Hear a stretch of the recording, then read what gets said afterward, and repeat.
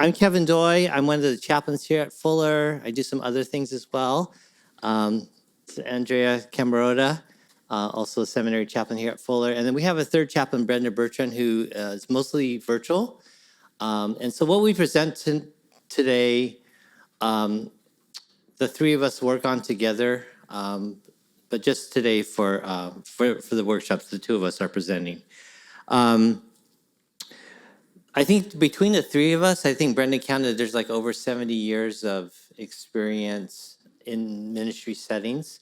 So none of us are psychologists or therapists, but we come from, I pastored in the local church for over 25 years, 20 of them as a senior pastor. Andrea, before coming to Fuller, was in a critical care chaplain in the hospital setting for over a decade. And Brenda has vast experience as well in various settings. So this is really more of a practitioner workshop. And so we don't have a bunch of slides. In fact, that's our only slide. Hallelujah. You've received lots of great information. And so our workshop is really having you think through what you've learned thus far and creating sacred spaces for folks who maybe participants who experience trauma, challenges of life, anxiety, stress, all those things. So we're going to talk about that a little bit. So as Dr. Erickson and others mentioned this morning, that we all live with trauma to varying degrees, whether primary or secondary trauma. All of us live in a world in which we experience the pandemic. Many of us work really hard, in kind of the grind culture, as it's called. We live in a very violent, unstable world. Whether it's close to home for us personally, our families, lots of mental health challenges. There's lots of trauma from ministry, as Dr. David Wong addressed this morning.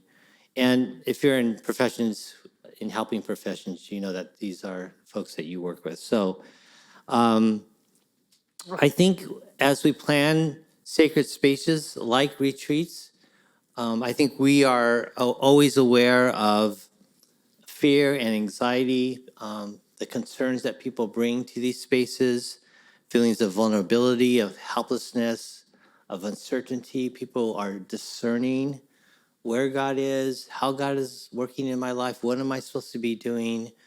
Lots of anxiety and also lots of exhaustion.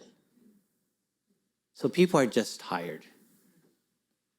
And so they come to a retreat, not always knowing what they're hoping for, but knowing that they need it somehow. And we always want to honor whatever is drawing them to that space.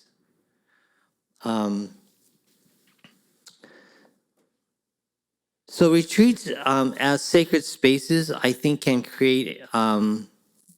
Dr. Sean talks about how there's really no absolute safe space for everyone, but relatively safe space. When spaces can be presented with sensitivity, with kindness, with unconditional positive regard, so non-judgmental spaces where people can simply be and come however they come, for all manner of how you show up. It's okay. We're just glad that you're there. So I think retreats have a way of being a provisional space for people seeking spiritually based self-care. And it's one of those very spacious places that is rarer and rarer these days if you're a working professional or you have a family or you're managing 10 million things. And so when we offer retreats to students and staff and faculty here at Fuller, we always communicate it as, we hope this is a gift to you, that it feels like a gift. That in all other spaces, we often have to be performative. We have jobs to do, we have responsibilities, but here you can just be. And this space is for you, and so use it as you need it. And so we have very generally said, for many of you, when we go out into the grounds or wherever you're having your retreat, that your biggest need maybe is to actually sleep, to nap. So go find a nice piece of grass. We often bring blankets with us, and if you need something just to lay on, find a quiet, shady space, whatever you need, and just to rest. So that's kind of our approach and our posture when we think about these retreats. A few other things I'll just mention, and I want to turn it over to Andrea. And we're actually going to go through and provide a worksheet for you to work through so that you can design your own retreat. So you'll leave today hopefully with some outline of a retreat for the folks that you're thinking about. Again, I'm not a psychologist, but I've often heard trauma described as too much, too fast. And so one of the gifts of a retreat is that it allows people a space to slow down, to re-inhabit their body, to reset their equilibrium, to be in touch with the divine. Traumatized people, those experiencing trauma, other challenges are often fragmented and disembodied, feeling overwhelmed, anxious.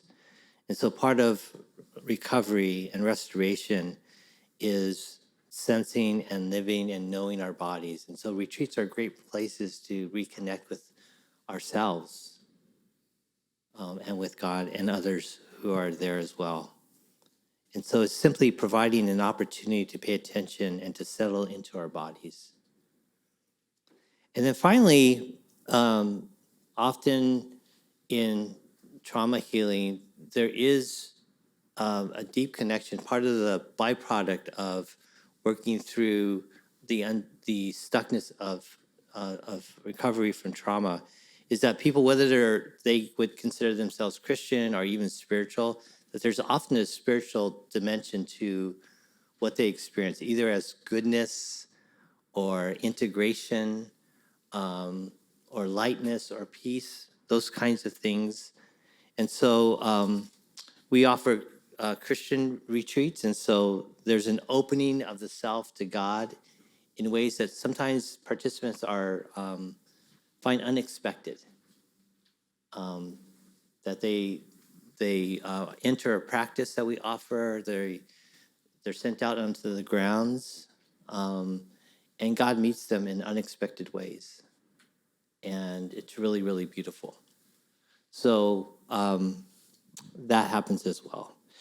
My last thing that I will say that I think is the key to creating these sacred spaces of retreat is that the enemy of a good retreat is the accounting of every single minute of that retreat with activity. Sometimes we're presented with a retreat that a group wants us to lead and facilitate, and we look at it and we go, oh, hell no. Because it is filled with activity, right? And it's like, this is not a retreat, this is work, right? Someone's commented to me that sometimes we go on retreats and then we have to recover from the retreat, right? Even as participants, because it's too packed with things. And so I think one of the things I want to encourage you is that I think the gold really is in the spaciousness. It's in the stillness. It's in the silence that we offer because it's so rare.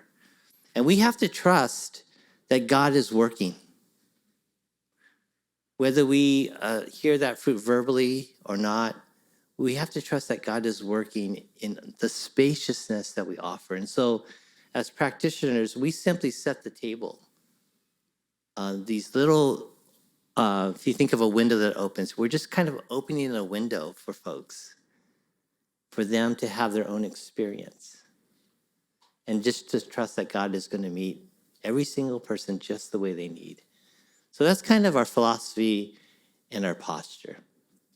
So any questions about any of that? That's just kind of some context and some background on what we do. Okay.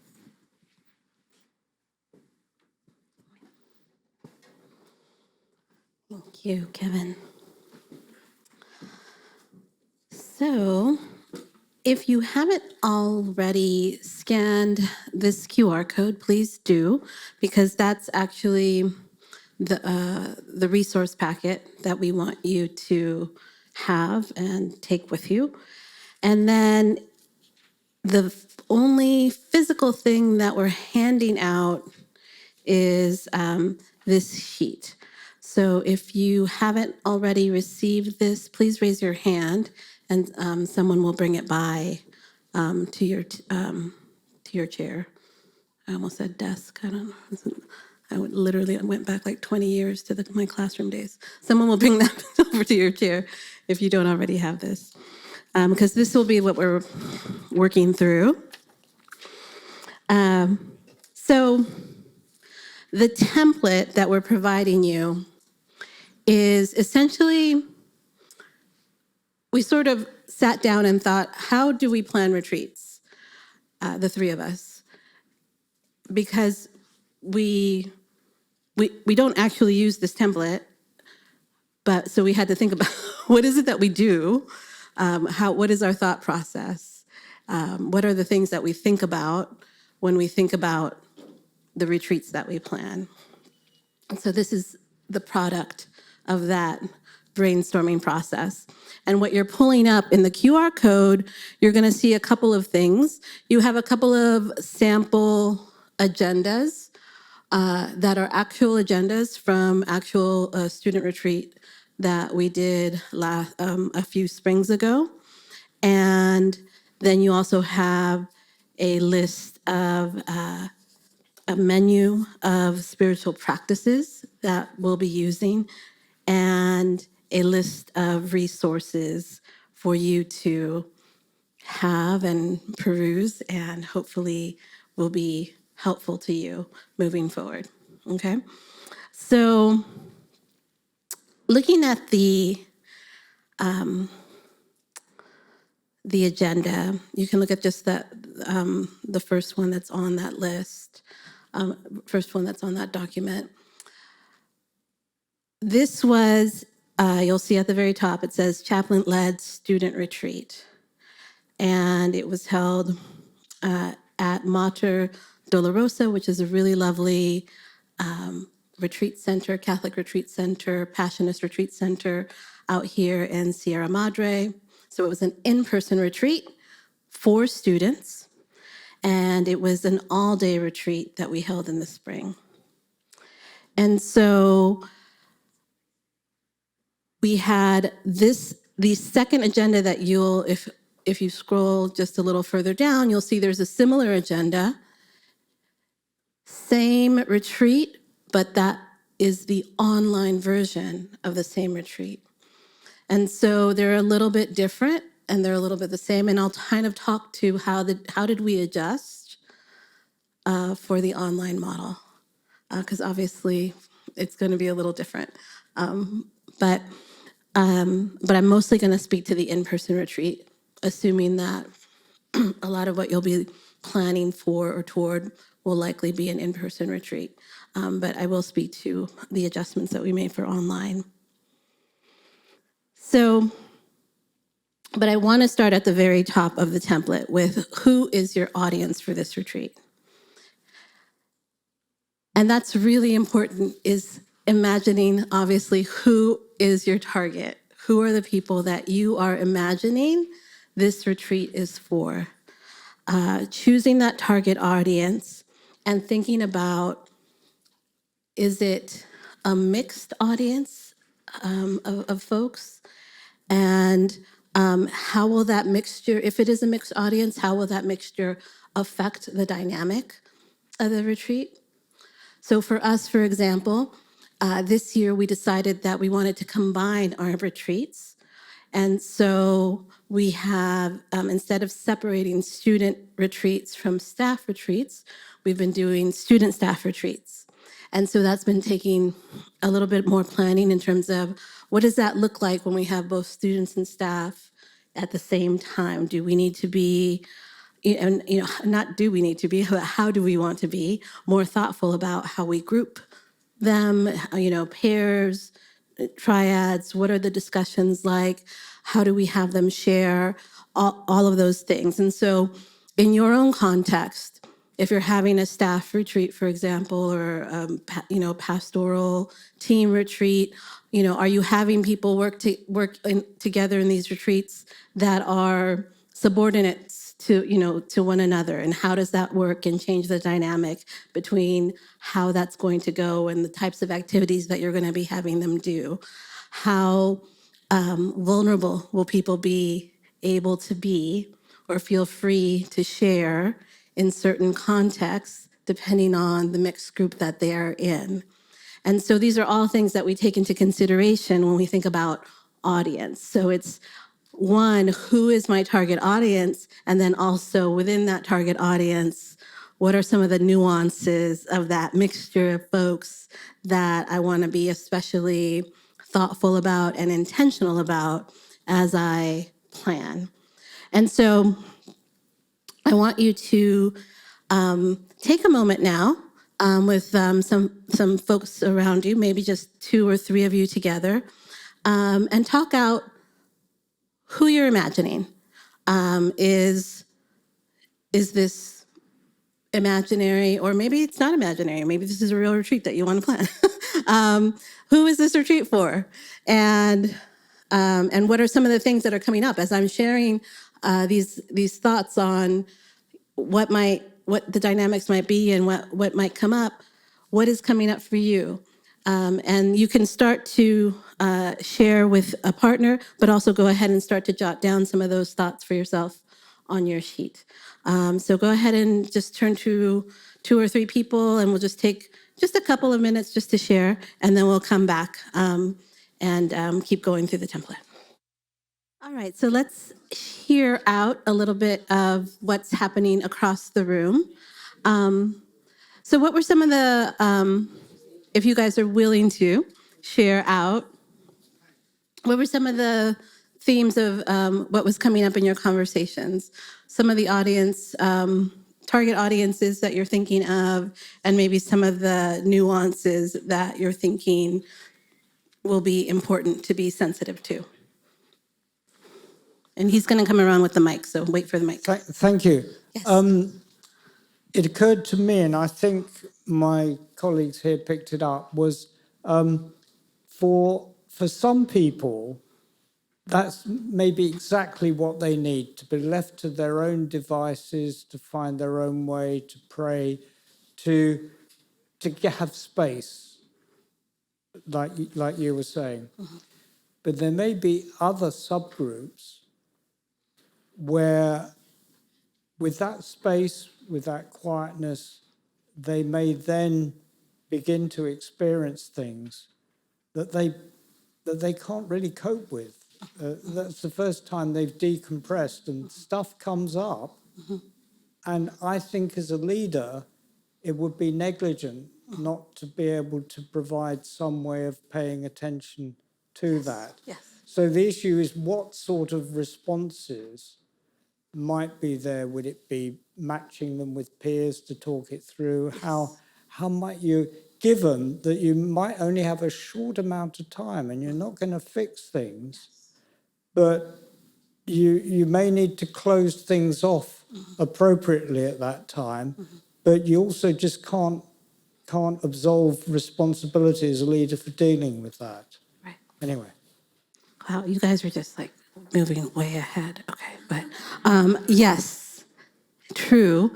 And so that is an additional dynamic that you want to be thinking about as we get into the agenda, when we move into the movement section, is how you go from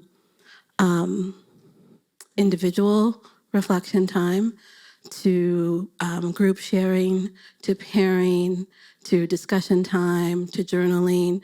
And you wouldn't necessarily do all of those like in one retreat, like Kevin said, but you want to be mindful of being able to flow in and out of those types of movements so that you're giving opportunity for venting, but also opportunity for stillness and internal reflection, and then opportunity again to talk and share out and hear from the group and get feedback. So yes, that's very good. And so we're going to get there. Yes, over here. Hi. Sorry. Oh, go ahead. Yes. So I think, so in addition to, in the way that we offer certain practices, being able to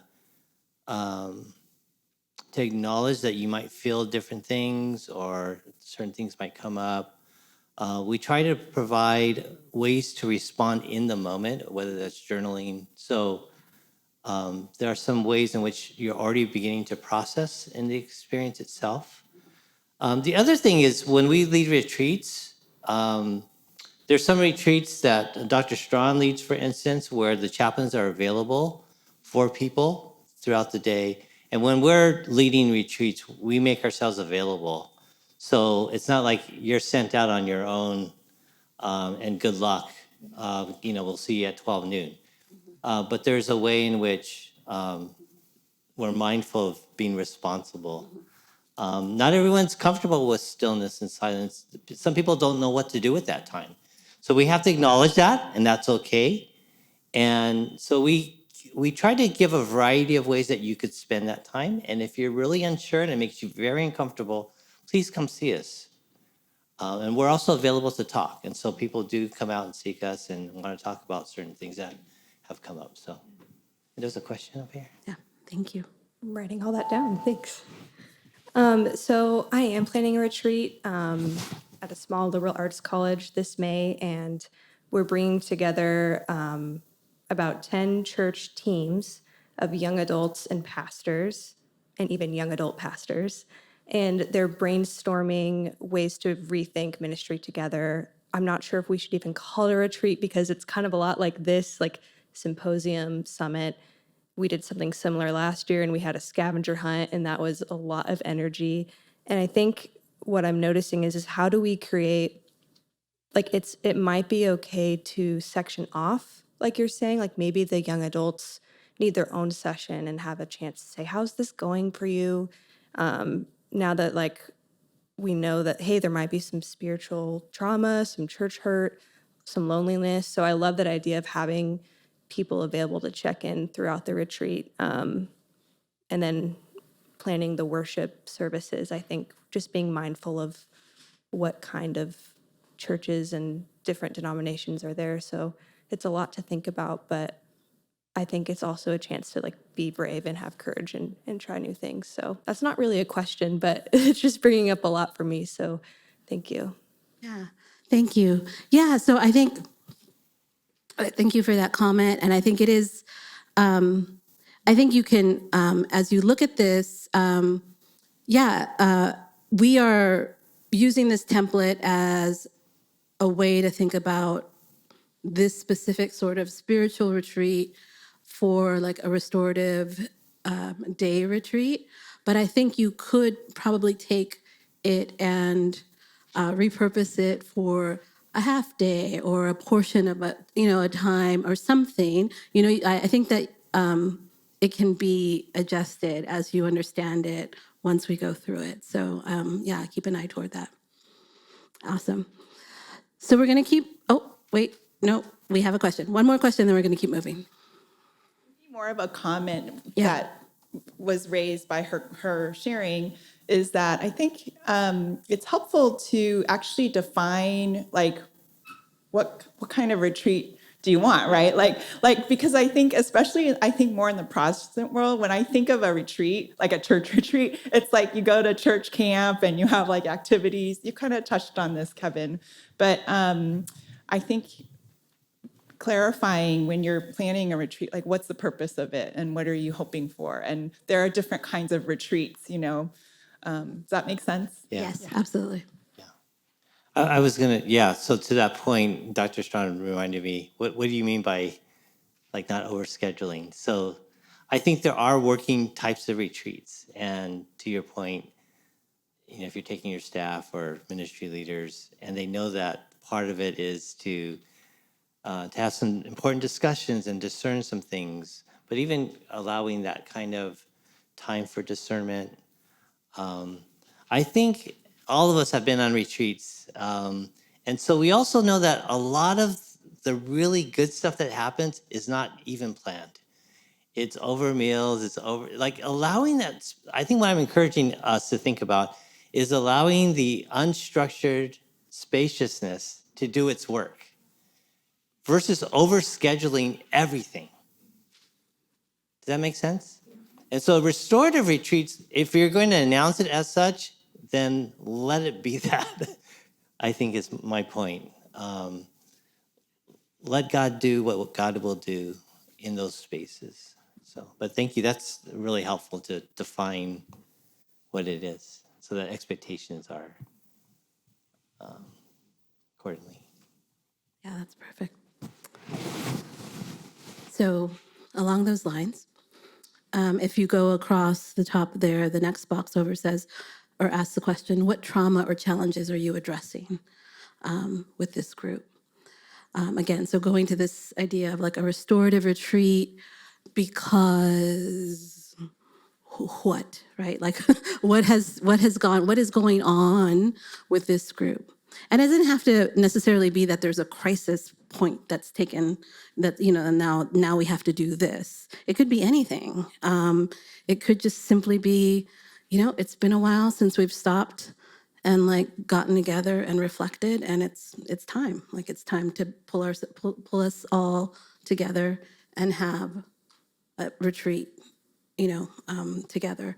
But, it could perhaps be a crisis point, or maybe that everyone's been burning the candles at both ends because of a certain season that you've all been in, and so there's some legitimate like ministry burnout about to happen, and so or happening or happened, and and it's time to stop and pause. It might be for the sake of some team dynamics that are taking place, and you want to stop and restore and build team and rapport and build some honesty and share some, get some vulnerability built into the team that isn't there because some trust has perhaps maybe been broken, or some trust has just never been present. And so we want to start building that, so, or perhaps there's been an event like layoffs. And so now there's the team is at a deficit, or there's a void. And so this is a good time for us to come back together and figure out who are we, who have like are, sort of like the remainder now. How do we move forward from this thing that we've survived? And how do we grieve the thing that's just happened and move forward without the folks that are no longer here, right? So there could be any number of things that draw you together. So just take a moment now to consider for yourself just as you think about the folks that you just reflected on, what would you say for yourself in that box? Would you jot down what is the challenge, what is the trauma that you're addressing that would be the center for this retreat? So just take a second to do that. So finally at the top there, I just want you to start thinking about, where will this retreat be? Is this retreat going to be in person? And if so, do you already have a location in mind? What is, and what is the spaciousness there? That makes a big difference. We always say about Mater Dolorosa that the retreat center does a lot of the heavy lifting for us because it's so spacious and it's so beautiful that there's a lot that we put on the space because the space itself gives us a lot. And so thinking about that is important in terms of where you choose to have it, if you're able to have it in a actual physical in-person space. Or is it an online retreat? Because obviously if it's an online retreat, it's going to adjust some of what you can do, or the ways in which you can do things are going to be different. You're going to have to adjust the movements as you go into them. So just take a moment to think about that, and then we're going to keep moving. So the next section there is welcome and icebreaker. So we really want you to think about two things. One, making sure that you build in some sort of welcome, even if it's a team that already knows one another, or even if it's a space where people are somewhat familiar with one another, just an opportunity to welcome everybody to the space, make sure that everybody does indeed like know everyone's names, all of that. So just a quick time of introduction.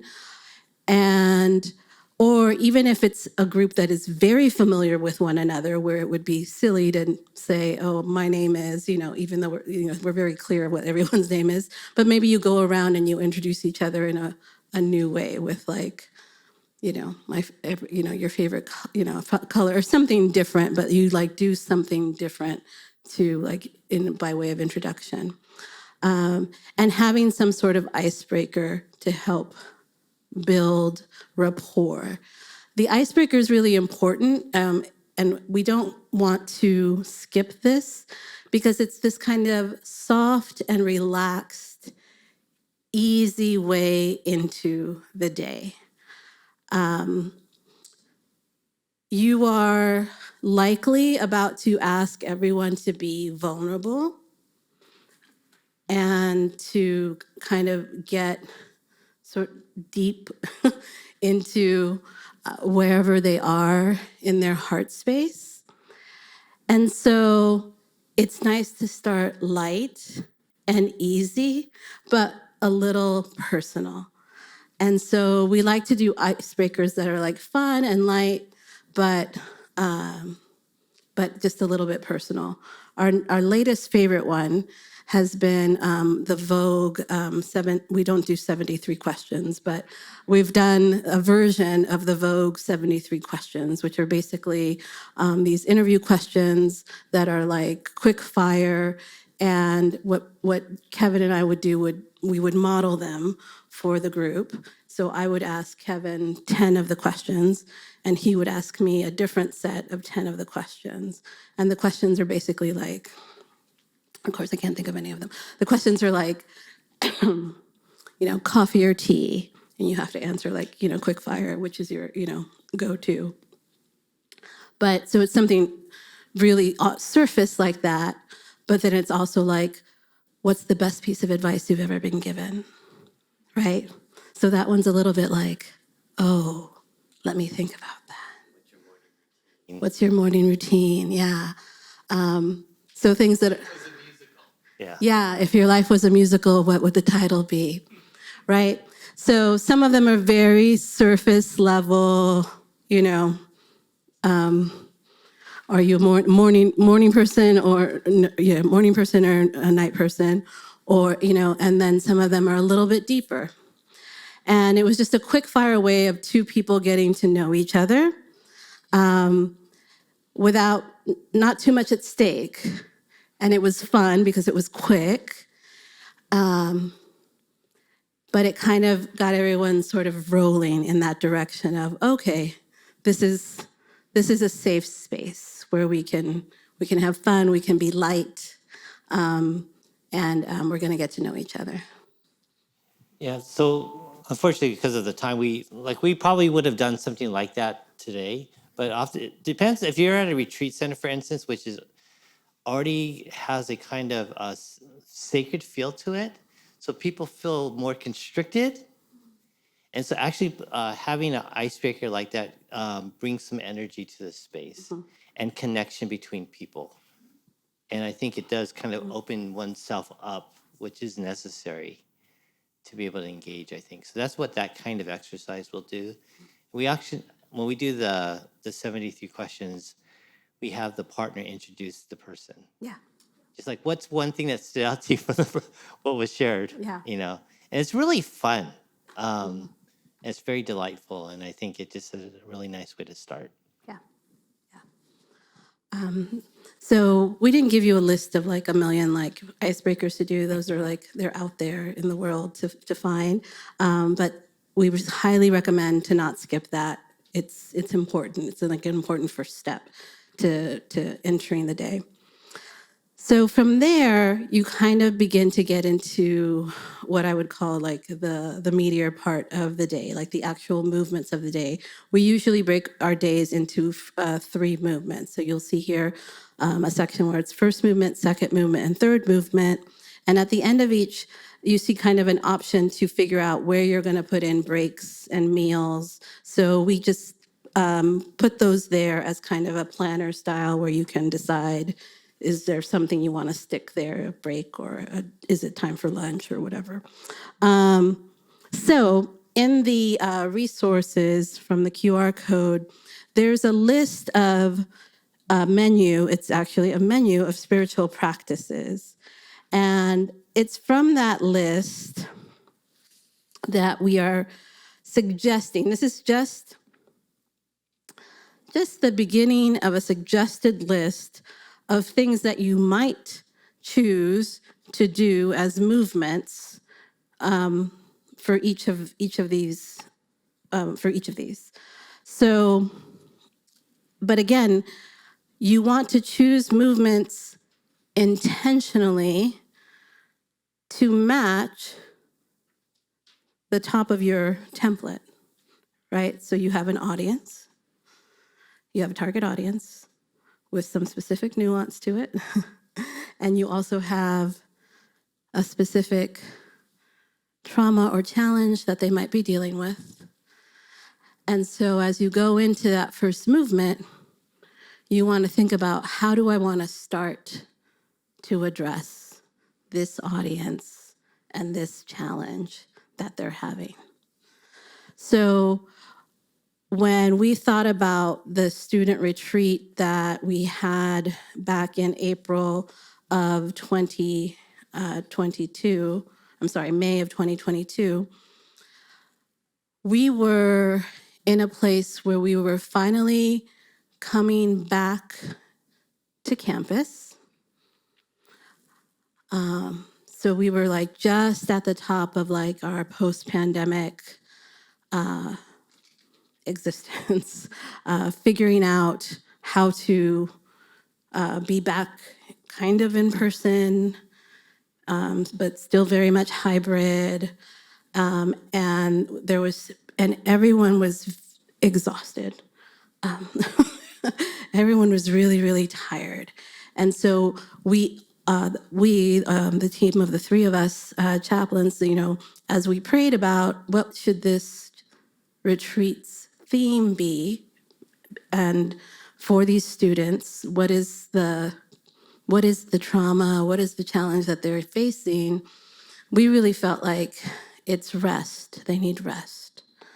That the themes that we were hearing as we met with our student population was rest, that people were just really worn out, okay? And so we decided, okay, we're gonna build a retreat that is targeting rest. And so we began our retreat first with a Lectio Divina on Matthew 11, 27 to 30, which is, Kevin,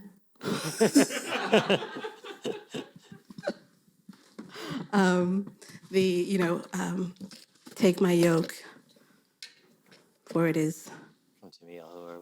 all who are burdened, Yeah. for it is easy and light. Thank you. It's easy, it's light, take it, okay.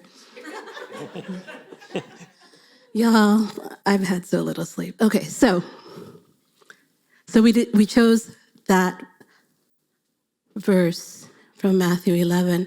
We specifically chose the Message paraphrase of it because it talks about the easy rhythms of life. And we really wanted to emphasize those easy rhythms, okay?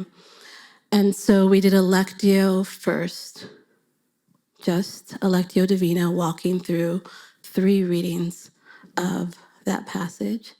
And then for the in-person, we simply, I then gave them ideas about how they could spend time on the grounds at the retreat center. And so I gave them some suggestions about places on the grounds that they could sit and visit, different trails that they could go to. And then we just released them out onto the grounds. And we gave them an entire 90 minutes to simply have their own 90-minute silent retreat out on the grounds after having sat with that Matthew passage for some time. And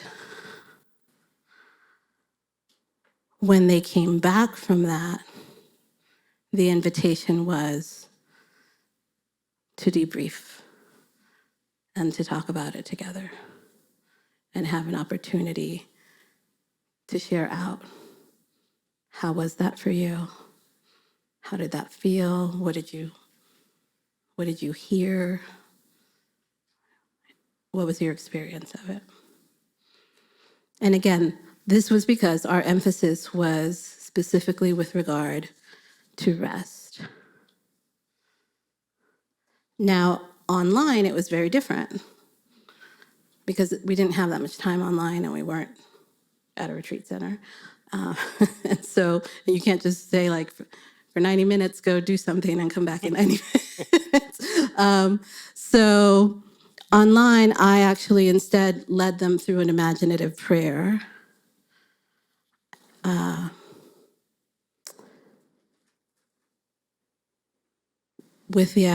With Jesus in their imagination, coming alongside them and inviting them to rest. And so it was a guided prayer time. So we still had stillness and we still had quiet. And there was still time to do breakout groups in Zoom rooms where in rooms of 3, late after we did that, they were able to share in triads how the experience of the imaginative prayer was. But it was just a different version of how we started. It looked very different than how we started the in-person one, because again, the online will be limiting in different ways, obviously. If you look at the online sample, we took the same passage, but we broke it down so the movements follow the text. Right. Does that make sense? Yeah, exactly. So first I want to just look at your, if you can look at your QR code, the list of the menu of spiritual practices. I'm just going to go through them. Or actually, I just want you to glance at them. Social engagement, my understanding of that is what we were talking about earlier. Yeah, it's simply small ways that we could build in for folks to connect, and bear witness to what is happening with them and God. Yeah. Opportunities to debrief, pairs, triads, whole group. All of you are resourceful folks, so also we just gave you a list, and many of you I think are probably familiar with many of the practices, and if you're not, you know how to use Google and all those kind of good things. So there's lots of good resources and books that will help you to think about what those practices and how you might use them. Oh, yes.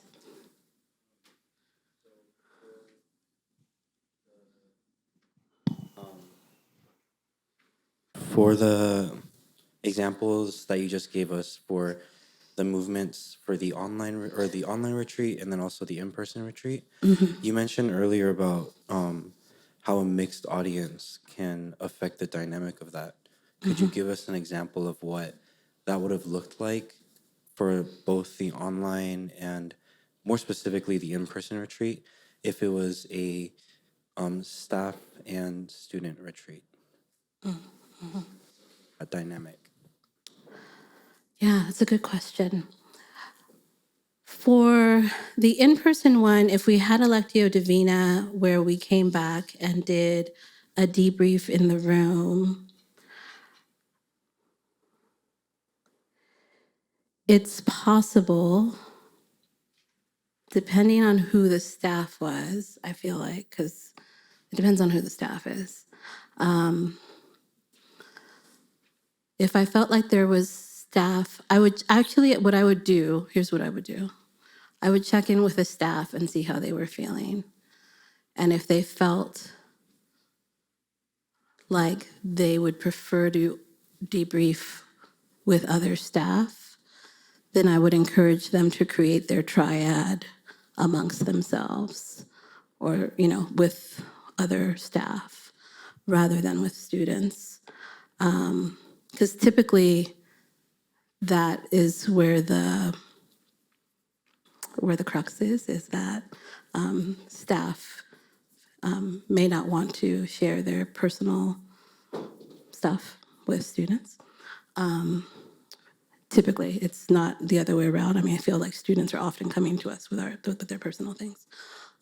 So I feel like that's one way that I would encourage them to work. Yeah, and I think we always have to be aware of power dynamics. That's probably the main concern. Yeah. So at Fuller, it actually is faculty and students because of that dynamic. Yeah. So, and again, it depends what the staff role is. There's some that work very closely with students over very sensitive things, and usually you don't want to put that kind of staff person in with other students. So it just depends, and I think just being aware of it, being sensitive to that, and thinking through what those dynamics could be. There's some things where it's fine, like icebreakers. It's fine. Yeah. So there can be that kind of mixing. It's fine too if you have designated groups for different demographics. That's fine too. So there's not a hard and fast rule other than always be aware of the power dynamics in the room. Yeah. That would make someone feel restricted in their ability to be authentically who they are. We always have agency to share what we want. That's always true. But, some power dynamics, your ability to share is going to be restricted likely. So just being aware of that. Yeah. And I think it's important as a facilitator to be the one who names it. So you're aware of it and you're the one who approaches that staff member and says, hey, I know that, you're also so-and-so's manager, so I'm wondering if whatever, so it's important that you're the one who kind of takes the initiative to name it and say, so that it's not on them to have to do it. So I think that's important. All right, so what I'd love to have you guys do before we have to wrap up is think about your retreat and the list of spiritual practices that you have in front of you, and thinking about your audience, and thinking about the challenges or the trauma that you're wanting to address with that audience. After you do the welcome and the icebreaker, which of these movements would you start with? How would you want to begin this day with them? And the movement can include both, like the same way as the Lectio included the Lectio plus like the debrief, like it can include a combination of like the thing itself and how you're going to close it out or provide some time of sharing or, how it's going to go. So let's take maybe for each of you, just a few, maybe like 3 minutes for you to individually look at the list and kind of decide, what it might be. And then we'll have a little bit of time to talk to your neighbors again about it. Okay? If it's easier, like for me, there's sometimes it's easier to think of the three movements together, and you can figure out which rhythm feels right, and you might want to move things around. The other consideration is at the very top. There's a reference from Elizabeth Liebert. She uses what she calls an experience circle, which is a way of saying people are whole human beings. So to vary the kind of practices that you offer so that it encompasses more of the human person. So if one is electio, which is very inward, then you might want to do a body exercise next, for instance. Yeah. Like those kind of considerations. Okay. So sometimes it's easier to think of all three together. So, go ahead and do that if that's helpful for you. If it's easier just to think, well, how would I start? You can do that as well. And we'll walk around in case you have any questions as you're thinking. I will just mention a few things that I think, again, in person, you often have grounds or places for people to go that are accessible. And so it's kind of the rhythm of having, inviting people to participate in a practice, have them reflect on their lives, where God is, those kinds of things, having them journal, and then giving them some time outdoors, usually to do some processing and spending that time that seems meaningful to them. When you're online, it's a different dynamic. But what we found that works really well is actually to send people outside anyway. So we'll do an exercise and we'll say, just take a half an hour or 45 minutes, whatever we want to allow people. And we really encourage you to just go outside, find a favorite place, spend time with God. If you'd like to walk around your block, but to take something ordinary and to reimagine it as sacred space for them, something that they see every day, but reimagine it as, oh yeah, I can meet God in this place. And we found it to be very effective, actually. So they get up and move about, and they come back. So it is this rhythm of kind of personal reflection, using your body to connect with outdoors and nature and God showing up in all kinds of particular ways, in the wind and the birds and the trees. Like it's amazing what people hear and see and connect with. And then coming back and debriefing simply by saying, what did you notice? How did God show up for you? Just simple questions like that, just to offer it and then to let people share. And one, it's powerful and it's beautiful. And also, as Andrea always mentions, we bear witness to our own experience and hearing it in another. But it also enriches us in ways because we all experience God differently and in different ways. And so we're all enriched by the communal sharing. So it's that kind of rhythm, I think, that that feels unhurried but very meaningful. That makes a good retreat. Anything else you want to add? So, You're doing this part, right? yeah, so you want to build in your breaks and your meals if that's appropriate. And then you do want to think about how to close. The examine exercise works really well. If you're familiar with examine, it's something that we may engage in late at night before we go to sleep, before we go to bed. It's just a way of reflecting through your day. But you can do that with a retreat. It's just to start out and just go through it, have them close their eyes if that's safe for them, have them imagine arriving, what that first movement was like, what that second movement was like, what that third movement was like, the conversations throughout the day they had with people. And then let them sit with that. And what bubbles to the top for them? And then give them time just to jot some things down, share out. And that's kind of what they take with them. That's a very helpful kind of exercise. But anything like that, having them reflect back on their day, what's your takeaway from today? How did God meet you? What's the invitation that you hear from God leaving this place? So anything like that is really, really helpful. Yeah. I think the closing circle time at the end is sometimes the most powerful part of our retreat when we do that. And then, people have the opportunity to share out, like you said, the things, the way that the Spirit moves at the end of the day, and shows up in the things that people share is always so moving and really just blows everyone away. So it's important to think about. It's a good retreat when the participants are surprised at how God met them or when there's tears. I always say it doesn't count if somebody's not crying. Yeah, yeah, like in a good way, In a good way. in a Yeah. good way. So any final questions or ways that...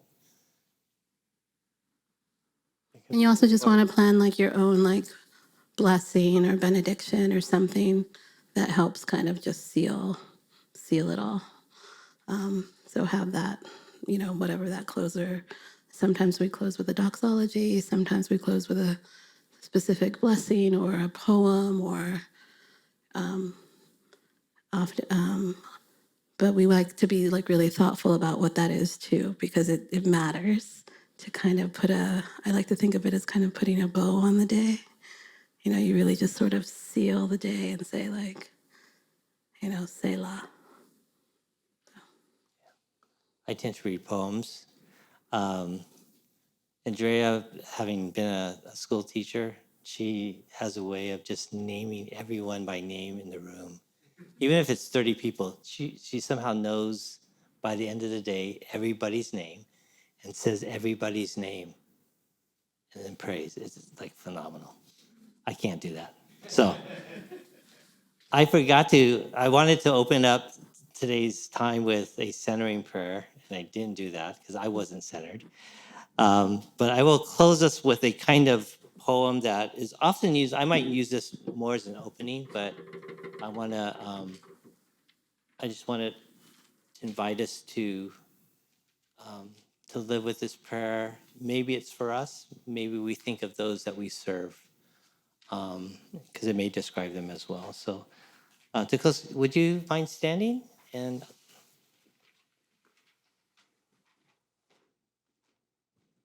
if you feel comfortable and safe, to just close your eyes and receive this.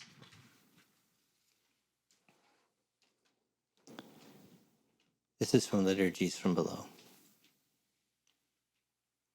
Come, you who are forgotten, for today the Lord has remembered you. God bids you come today.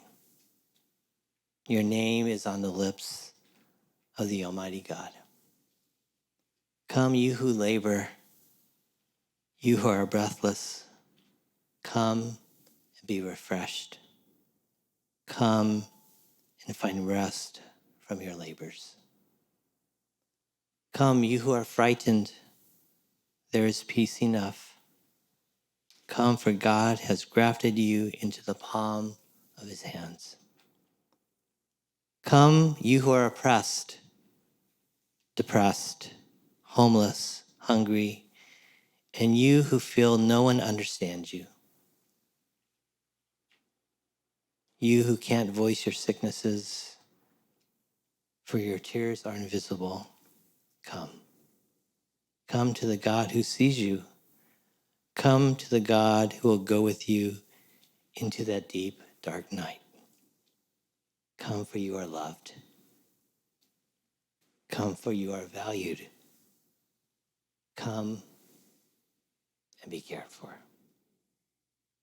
God bless my friends here.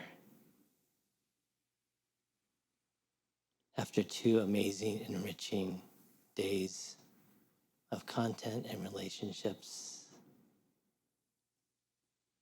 of burdens and vision, thank you that you hold us all together.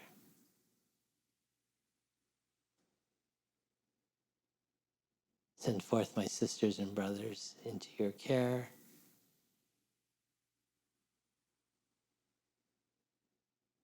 And to their ministries of hope and healing in the world. Amen.